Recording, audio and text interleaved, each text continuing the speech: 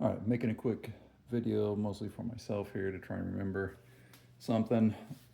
Making nice sheaths and so like a dangler sheath like this, you need a D-ring and yeah, go on Amazon and search D-ring. You're gonna come up with some weird stuff.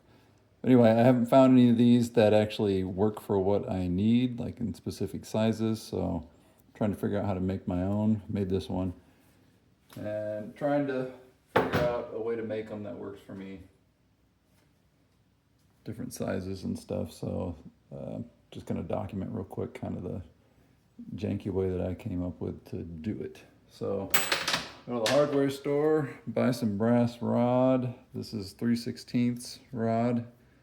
It comes in a, looks like 3-foot length, so I've already used up a bunch of this, but here's basically what I found sort of works. You gotta kind of measure out approximately how long the piece is gonna be for a small sheath like this. Total length of the rod that I need is about 5 inches. So I'm gonna mark the halfway point, 2.5 inches. All right, so I've made this mark, 2.5 inches right there. Come over here to my fancy baseball bat. Can we see that? Yep, okay. So this baseball bat, it's metal and it tapers here. So depending on where I put this on here, I'm gonna get a different sized curve. And I'm trying different sizes. I'm going a little smaller. I've kind of made some marks here. Right here, I'm gonna try and do a smallish one. What helps with this, I got a little wood block here. So I'm just gonna set this on there. I got the center of the mark that I made, which is the center. I'm gonna center that on here. And pick a spot here, and then I'm just gonna bend it.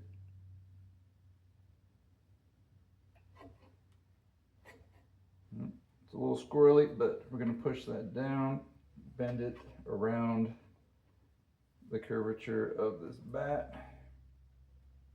I'm gonna keep bending these down till the straight parts that are on the side are sort of parallel with each other or close to it.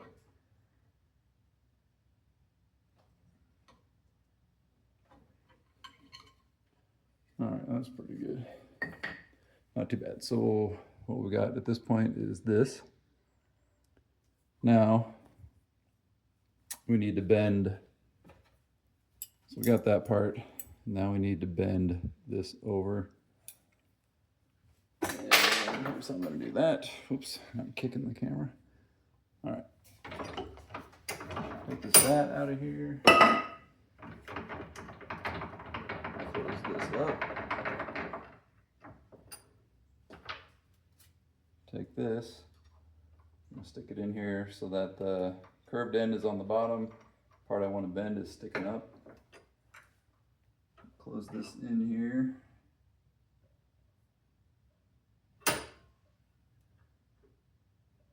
We'll get a few marks. I got like that rough grip on there. It does leave little marks in there, but I can sand that up later. I might make a mark on here. So I'm gonna take this ruler, set it on there. I'm gonna mark. This is where the part that's sticking up, and I'll make another mark on the other side just so I can kind of sort of keep that even when I flip it around and do the other side. But here we go. So I found it helps to take a little block of wood and maybe a mallet. So when you got that little part sticking up there, put the block of wood up against there and kind of pound it over.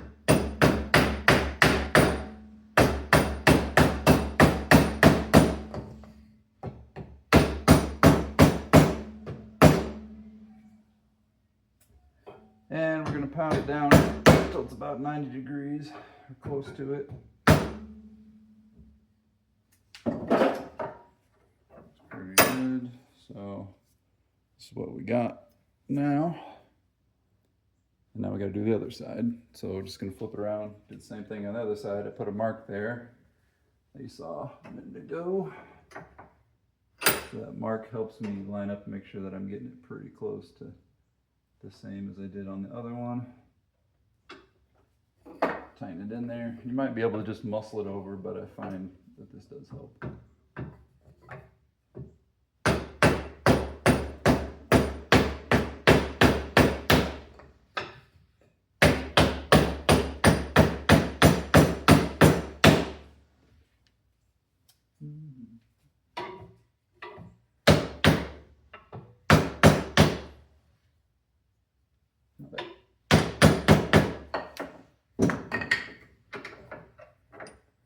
This is what we've got now. You see I bent it, purposely kind of leave it one side over a little bit so that it lays down next to it. And that makes this next part a little bit easier. Now you need a saw of some type. You could use a Dremel or a hacksaw, whatever you got. I'm gonna throw this in there. And what I'm gonna do is I'm just gonna cut off that part there. And what do we got here? It's gonna be loud, I apologize.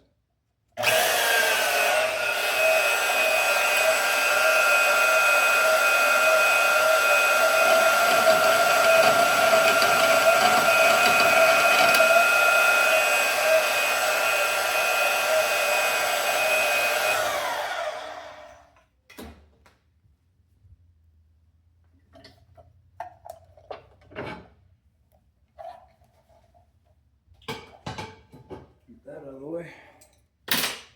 All right, so mostly got it here. So what I will do now is I'll take something like this, little Dremel, and I will clean up these the edges there so that they're not sharp. And then I can put this back so they're not quite even, but what we can do here is put it back in the vise and pull it over. You can put either side in there that you want. It might be easier to put the shorter end in there. And then you can pull it over and line it up. But before I do that, I'm gonna go in with the Dremel and I'm gonna clean all that up. But basically that's it.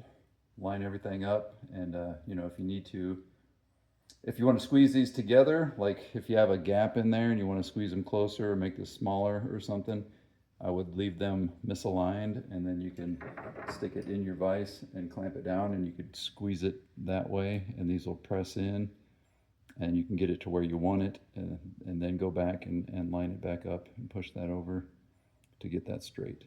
But anyway, that's about it. And then you go in with some, if your tooling leaves some rough spots on there, just go in with a little bit of sandpaper and smooth that out. But basically that's it. And the idea is that this is gonna fit, this is an old crappy sheath that I made, but this is gonna go on a new sheath, a nicer one for another knife that I made. And basically that's gonna go on there like that with another piece up here, just like this. So it's gonna go on there. It's gonna be a smaller version of this. This is oversized for a large knife, but you get the idea. So anyway, that's about it.